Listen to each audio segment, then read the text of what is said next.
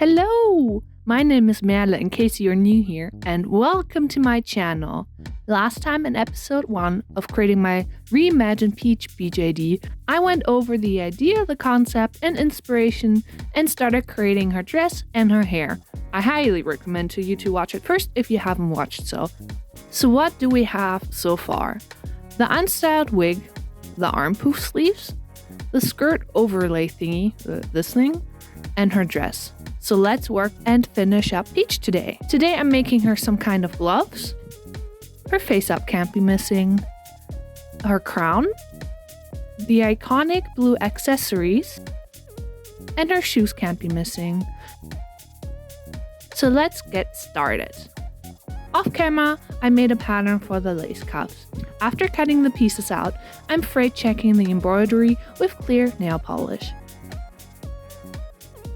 After it's dry, I can move on to sewing lace to the top and the V-shaped bottom. And here's the sewn cuff. So cute! To prevent it from riding up and going places it's not supposed to, I'm gluing on a loop nylon ribbon to the inside, and a thumb ring can't be missing. Next, I'm making her a pair of mesh socks. And with a snap, they're done. I just love doll socks, they're so tiny! Let's tackle my least favorite part of the doll, the shoes. But this time, I whipped out my old female that's a year old and all the cutting tools to make her a shoe base. The female is super hard at this point, no surprise, so I'm adding a little bit of mineral oil to soften it up. The clay is spread, and next I can cut out the sole base. I went back and made them a little bit thicker for a better platform base, and here they are, all baked up and done. They are a little bit crude in texture, I have to admit, but I will cover them up later anyway, so it doesn't matter and I don't have to send them to perfection anyways. Next, I taped the base to a mock-up sock to create a shoe pattern. All taped and marked up. Now I just have to make a sample shoe to check if my pattern works. I know, it looks awful. Trust the process. But I'm pleased with the pattern, and now I can move on to making the real thing with Velcro. The indecisive person that I am, I have to decide which leather to use for the sneakers. The red is really nice, but the pattern is too big. Now I just have to decide on how to combine these two. Off camera, I added some foam clay to create a toe cap for the sneaker. Okay, I finally made my decision. I'm gonna combine it like so. Looks good. First thing I do is cover up the toe cap with this pleather. I start by sewing the two back seams first, and the tongue piece's edges get hemmed as well, like so. Here you can see the sewn together back seams. After doing this, I can also hem along the edge. I do this while sewing on tissue paper to prevent my machine from eating up the tiny pieces. Off camera, I cleaned up the Velcro straps, and now I only have to sew them down where I marked it. After everything is sewn up, I can merge everything together. Yay! But first, this has to be hand sewn down before moving on. I generously spread Ooak glue on the sides of the clay soles to then wrap it up. Next, more Ooak glue to glue the last pieces to it.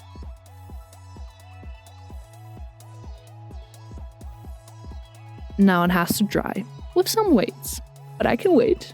But while this is drying, we can move on to the face up, which is done by my sister MARIEKE. Enjoy! All right! It's me, the sister, here with another face up for you. I love Princess Peach, so I was really excited for this one. I went online to get inspired and to look at the OG Peach and her features, and she has these beautiful lips and big eyes, and I was really surprised at how well they go with Merle's magical babe face. Yes! This would have even worked with inset eyes. So of course, my weapon of choice here will be the Faber-Castell watercolor pencils. First, I spray the face with a few layers of Mr. Super Clear so that my pencils actually show up on the face. Does anybody else have the problem that the pigments just won't pick up right on vinyl heads? You know, the soft ones like Monster High, Rainbow Highs, Barbie, and so on? Because even after spraying them with MSC, I feel like on the hard resin, it just looks so much nicer, and it's so much nicer to work with because the pigments actually show up. Let me know if anybody is out there with the same experience and has any good tips. Please let me know. As you can see here, I'm very lightly sketching out the eye shapes with my light brown pencil to figure out the placement and the shape of the eyes that I want. It's easier to make adjustments at this stage before more MSC cements it in. Now I can still erase the lines if I don't like them. So right now I'm pretty happy with the sketch that I made for her face, and I can now move on to other colors, like white in this case. I try to build up as much white in between layers as I can. I'm probably going to paint over it with acrylic paint later to make that color pop more and to give the face some more highlights. But for now, I'm working with the pencils because acrylics are not as forgiving. Wait for it. And we're back on track. As you can see, now I'm just adding color to the face, starting with a light blue and working my way into darker colors to make everything pop and to get dimension into the eyes. And of course, don't forget to put fresh coats of MSC whenever the colors stop picking up on the face. She's kind of giving... Here I moved on to the eyeliner and eyelashes. This part is both really fun and satisfying, but also very nerve-wracking. I bow to the people who can do this with brushes and get these super nice, crisp, thin, beautiful lines. Just from looking at this video, you can't really tell if I'm using a dark brown or a dark purple pencil, but here I'm actually using a dark brown, and later go in with black and dark purple to make everything crisp looking and pop. Please rate Sugar Pop Punch. You can get some really nice effects with purple, not just on doll faces, but also in paintings and digital art as well. So if you've seen any other of the Magic Babe videos, then you know that I'm the mom of the Beta Babe, aka the first Magic Babe prototype. Not bad! I am the one who does the beta testing, and I do these face-ups in between my other work, which I actually really enjoy, but sometimes I forget to film things, or I have a bottle as a camera stand. So it's actually at this stage that I took a picture of what I was doing and sent it to Merle and edited it on my phone to show her what it will look like when it's finished, and I forgot to film the part where I finish the face. So after some blushing and adding highlight to her eyes, which I did with Posca pens, Princess Peach's face is done! And just to be clear, I have played Princess Peach in Mario Kart since before Merle was born. I call dibs. It's my birthright. Yay! Meanwhile, the face-up is happening. I started creating some of the much-needed accessory for Peach, like this new choker. I didn't like the first one. To make it removable, I glue a ring to each side of the leather strip with some Ooak glue, and I also add a clasp to make it removable. And now it just has to dry. Next, I found some blue glass beads in my stash and attached them to these brass thingies to create her iconic earrings. But lately I've noticed I really like my pom-poms in the design, so I borrowed some of my other BJD's earrings and added them to give it a little bit more of a pizzazz. To create her brooch, I'm gluing on some lace to this half bead. The color of the lace is not quite what I had in mind, so I simply just colored in with my golden Posca marker, and it's done. The only thing left is to attach it to the dress. These fabric panels are the leftovers from the dress from last video, which is perfect because I can make a giant bow out of them. After sewing it, just the middle fabric wrap around for the middle is missing, which I made off camera. My mom was so kind and made me this super cute little golden crown. Oh, I love it! And look how it looks with the bow. I love it, love it, love it! And now I can just move on to finally styling the hair. She's almost done at this point, but before I finish her, I wanted to create her a little prop for the photo shooting. I want to create her a stool, a tilt stool to sit on. I'm creating it by punch needling this onto vintage old fabric. The mushroom will be out of this acrylic yarn. Oh well, I was hoping to avoid the expensive monk's cloth, but this fabric is too old and thin and ripped up in the punching process. Yay! Not the right fabric. so let's try again. For some reason, the yarn would not stay put, so I stiffened up the fabric with this gross-looking golden glue stick.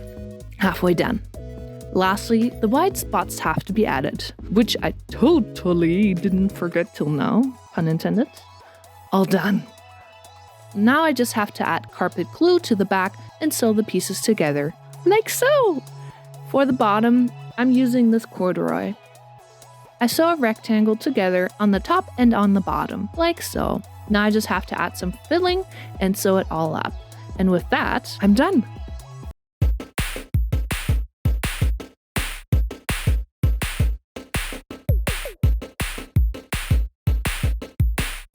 All right.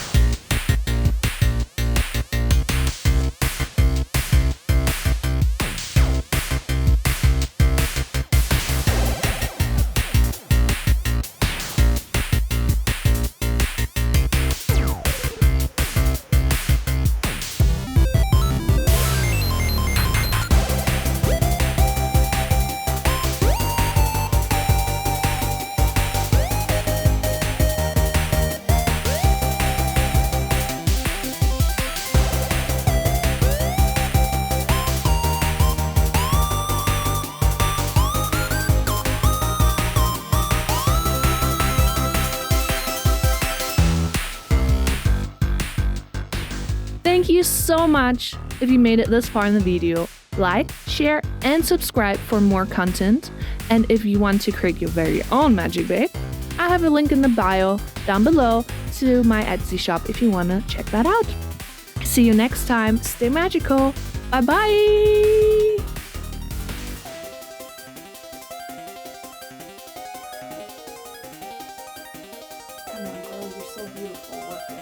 So after brushing and plaiting highlights. Leave it in.